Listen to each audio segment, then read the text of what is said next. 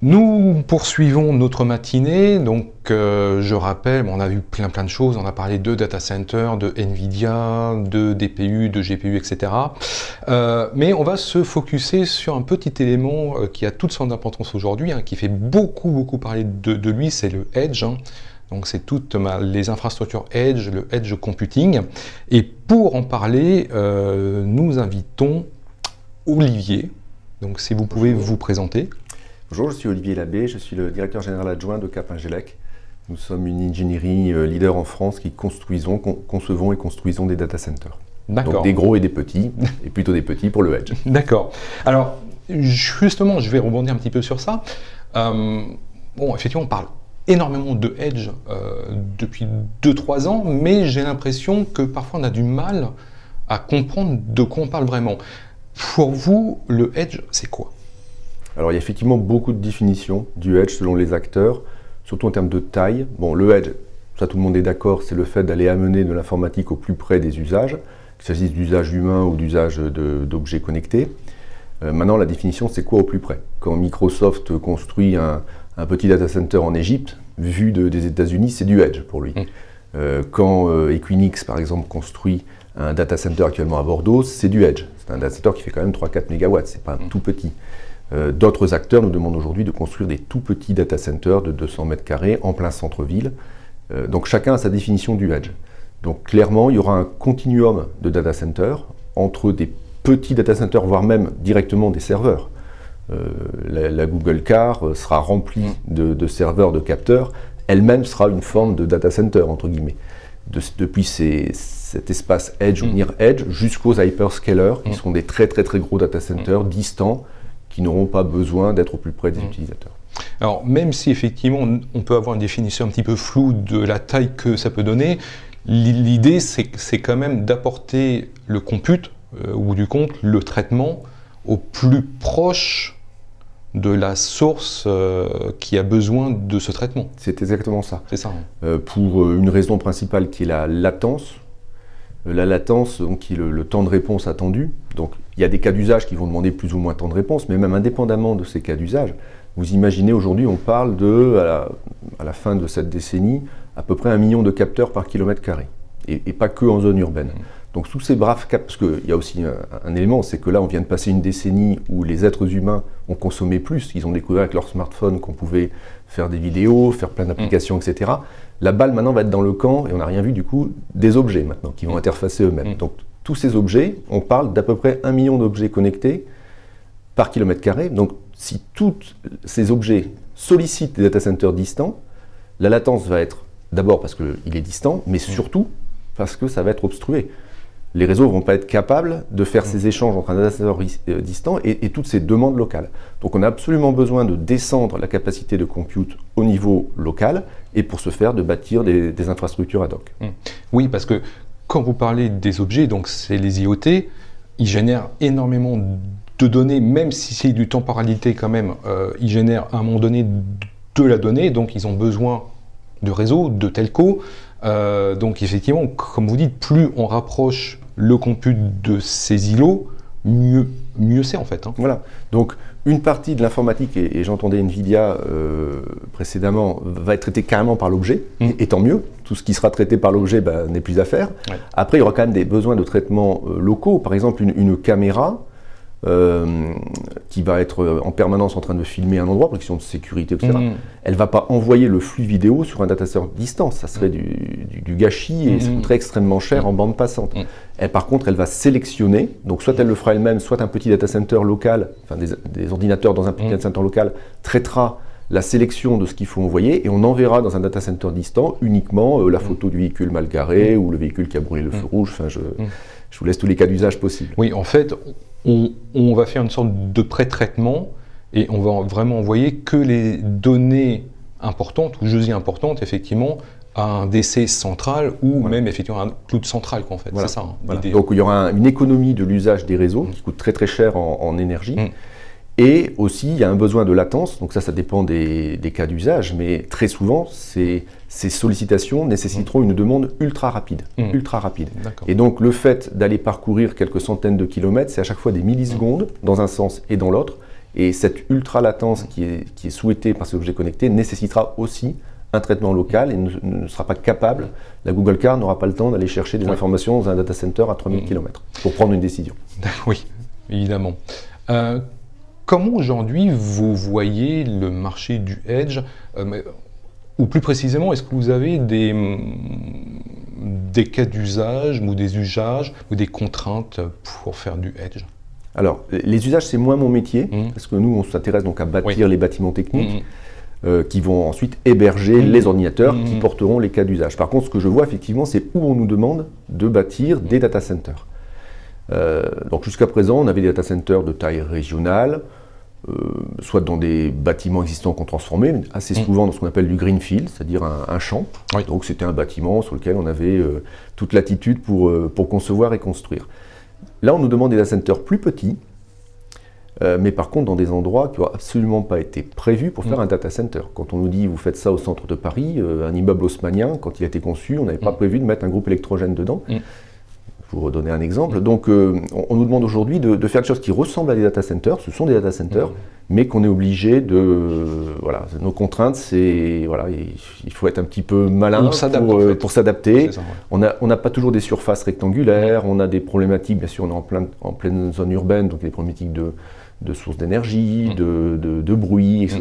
Mais à la fin, c'est un data center. Donc notre contrainte aujourd'hui, c'est par rapport aux besoins des cas d'usage qui nous dit qu'il faut être là, c'est-à-dire à côté des réseaux terrestres, à côté des flux, à côté des lieux de demande, de réussir à installer un bâtiment qui va héberger de l'informatique Edge. D'accord. Et quels sont les endroits les plus insolites que vous avez à l'esprit? Actuellement, on est en train de construire, je ne peux pas dire pour qui, un data center dans une crypte. Alors, j'imagine que déjà, il y a des contraintes par la forme. Il y a des contraintes aussi pour tirer les câbles, non aussi? Oui, il y a plein de contraintes. Je dirais les contraintes les plus importantes que l'on voit, donc là je sors de cet exemple-là, c'est que, je parlais du groupe électrogène, ne serait-ce qu'en termes d'ouverture de portes, c'est pas possible très souvent d'aller mettre... Donc aujourd'hui on met des batteries, ce qui n'est pas très bien, ça crée une charge énorme. Sur un data center Edge, on a mis 50 tonnes de batteries. Parce qu'en fait, comme on n'a pas de groupe électrogène, l'ultime secours est porté par des batteries qui d'habitude sont là pour juste répondre aux micro-coupures. Elles doivent tenir un certain nombre d'heures, le temps qu'on puisse corriger la panne. Donc notre enjeu par rapport à cette contrainte va être de peut-être arriver à trouver des solutions d'énergie renouvelable, alors soit de la pile à hydrogène déjà pour éviter les batteries, soit d'essayer de se sourcer en énergie et en backup de manière locale. Il y a un vrai chantier pour les ingénieries pour innover en ce sens. Parce que c'est vraiment un nouveau métier de data center. Oui, parce que j'imagine que poser 50 tonnes de batterie, il faut quand même avoir un plancher qui tienne le coup. Oui, c'est impressionnant ça. Mais c'est la seule solution, parce que ça reste à la fin un data center. La mission première d'un data center, c'est d'assurer une disponibilité permanente, qu'il pleuve, qu'il neige, ou qu'il y ait une rupture électrique du réseau. Et je présume que vos clients qui vous demandent du Edge, ils veulent le même niveau qu'un DC normal en fait. Alors peut-être un peu moins, quand même. Je dirais tout simplement parce que la perte d'un data center Edge qui est terminal a forcément moins d'impact. Quand un data center central tombe, ça touche énormément de choses. Donc je dirais il y a des classifications dans les niveaux de redondance. Plus vous voulez être redondant, plus ça coûte cher et c'est quasiment exponentiel. Peut-être qu'ils sont un peu moins exigeants en termes de data center Edge. Maintenant, ça reste un data center, donc on est quand même obligé de respecter les architectures classiques et donc assumer une redondance. D'accord. Et c'est le même type de matériel, de serveurs, de stockage, de baies que l'on va retrouver C'est juste une taille plus... En termes informatiques, il n'y a aucune raison que ça soit différent. Serveur, la partie infrastructure informatique n'a aucune raison d'être différente. Je vous ai cité quelques cas, mais derrière, on a les systèmes classiques de refroidissement, les systèmes de redondance électrique, les systèmes de sécurité d'accès. C'est la même chose en plus petit et en milieu contraint. D'accord. Alors, c'est vrai que lorsqu'on pense Edge, on pense immédiatement 5G. Mais est-ce que pour vous, c'est synonyme forcément de 5G ou est-ce qu'il ne faut pas voir au-delà? Alors, il faut voir au-delà, mais aujourd'hui, clairement, c'est la 5G qui demande la construction d'infrastructures Edge. En fait, la 5G, donc, c'est les usages, on va dire, plutôt aujourd'hui opérés par les humains. Vous avez entendu parler de la 5G récemment, ça va donner plus plus de puissance, plus de rapidité dans le fait de downloader des films ou des applications. Donc on reste encore dans l'usage humain. Et donc c'est clairement les opérateurs télécoms, pour déployer leur architecture 5G, qui nous sollicitent. Mais d'autres acteurs, des spécialistes de la colocation, donc la colocation c'est une industrie qui a 20 ans, 20-25 ans, qui consistait à l'époque à construire des data centers pour dire aux informaticiens ne gardez plus les infrastructures chez vous, venez les faire émerger chez nous, c'est plus professionnel, on va s'occuper de tout et vous allez mutualiser les coûts. Donc on voit le même phénomène arriver, c'est-à-dire des acteurs, c'est encore un peu timide, mais de la colocation edge, qui sont en train de se faire une spécialité, d'aller bâtir un certain nombre de petits data centers dans des lieux bien ciblés. Donc au lieu de proposer 10 data centers régionaux en France, ils vont proposer peut-être 200 petits data centers, c'est une autre échelle, mais c'est finalement le même métier. Donc il y a Cellnex qui est un opérateur espagnol présent en France, Teralfa, la filiale de SNCF, vient de lancer également une activité là-dessus. C'est le début de nouveaux opérateurs qui vont fournir aux acteurs d'objets connectés une offre de colocation à des fins edge. Oui, donc en fait, si je n'élise ce que vous dites, on va avoir un maillage du pays avec des infrastructures edge, donc X par département, par ville, etc. C'est ça en fait le but. Exactement. Et on peut penser qu'il y aura aussi un niveau de data center intermédiaire entre les gros data centers qu'on trouve majoritairement aujourd'hui à Paris, voire à Marseille, au niveau des villes entre guillemets de second niveau, pour faire un premier niveau de collecte, parce que le but c'est de faire le traitement au plus près, mais là où c'est possible. Donc on peut imaginer des petits data centers vraiment dans les centres urbains, et peut-être un premier niveau en périphérie de métropole, Bordeaux, Lyon, Nantes, etc., qui sera le premier niveau de consolidation de toute cette activité edge de la Smart Cities, clairement. Et ensuite, on passera au niveau du data center régional ou hyperscale. Oui, en fait, ils vont servir entre guillemets de passerelle ou de gateway pour se connecter effectivement aux gros data centers de cloud computing, de cloud public, au bout du compte. Oui, c'est ça, avec du stockage de données qui n'aura pas forcément besoin de remonter plus haut et du traitement intermédiaire.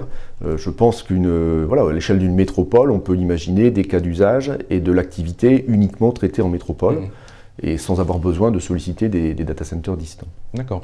Et est-ce que les demandes des clients qui vous sont faites, est-ce que c'est vraiment tous les secteurs où vous voyez, comme vous disiez, vraiment un certain nombre d'acteurs qui vont vraiment dedans? Alors moi aujourd'hui, comme vous le disiez, je vois les acteurs télécoms, qui d'ailleurs, c'est assez amusant, il y a 20-25 ans, les acteurs télécoms étaient ceux qui avaient inventé la colocation. Quand des acteurs spécialisés, comme Equinix, Interxion, Datacad, Global Switch, qui est une industrie finalement assez récente, sont arrivés, clairement les opérateurs télécoms se sont mis en retrait, ce n'était pas leur métier. On voit à peu près la même chose aujourd'hui, c'est-à-dire que les acteurs télécoms qui doivent fournir un service 5G ont besoin de déployer des infrastructures edge, donc c'est eux qui font les premiers pas. Et aujourd'hui, on voit encore très peu d'acteurs de colocation, mais en toute logique, dans les années qui viennent, pour répondre à ce besoin d'hébergement de données, de traitement local, il va forcément, ça serait assez logique, y avoir une industrie. Est-ce que ce sera les mêmes acteurs qui vont descendre ou d'autres qui vont se réinventer ou monter d'une industrie encore plus basse? Vous savez, Cellnex que j'évoquais, il vient du marché des locations de pylônes sur les toits, etc. Donc lui, il vient plutôt de plus bas en termes de taille pour aller vers des data center edge. Est-ce que des gros acteurs de colocation vont descendre? C'est le jeu du business, mais on va l'observer dans les mois et les années qui viennent. Mais par contre, ce qui est certain, c'est que le Smart City, ça va être vraiment le drive des prochaines années. Ah, clairement. Clairement, oui. 1 million d'objets connectés en moyenne dans les villes d'ici la fin de la décennie, pas que les villes d'ailleurs. Je suis persuadé que la e-agriculture va aussi faire qu'avec l'utilisation de drones automatisés, va nécessiter des capteurs, alors peut-être pas avec une telle densité, mais également en zone rurale. Donc il y a vraiment un marché de cet hébergement de l'infrastructure Edge qui va se déployer dans la décennie qui vient. Merci beaucoup. Merci beaucoup de m'avoir invité. Au revoir.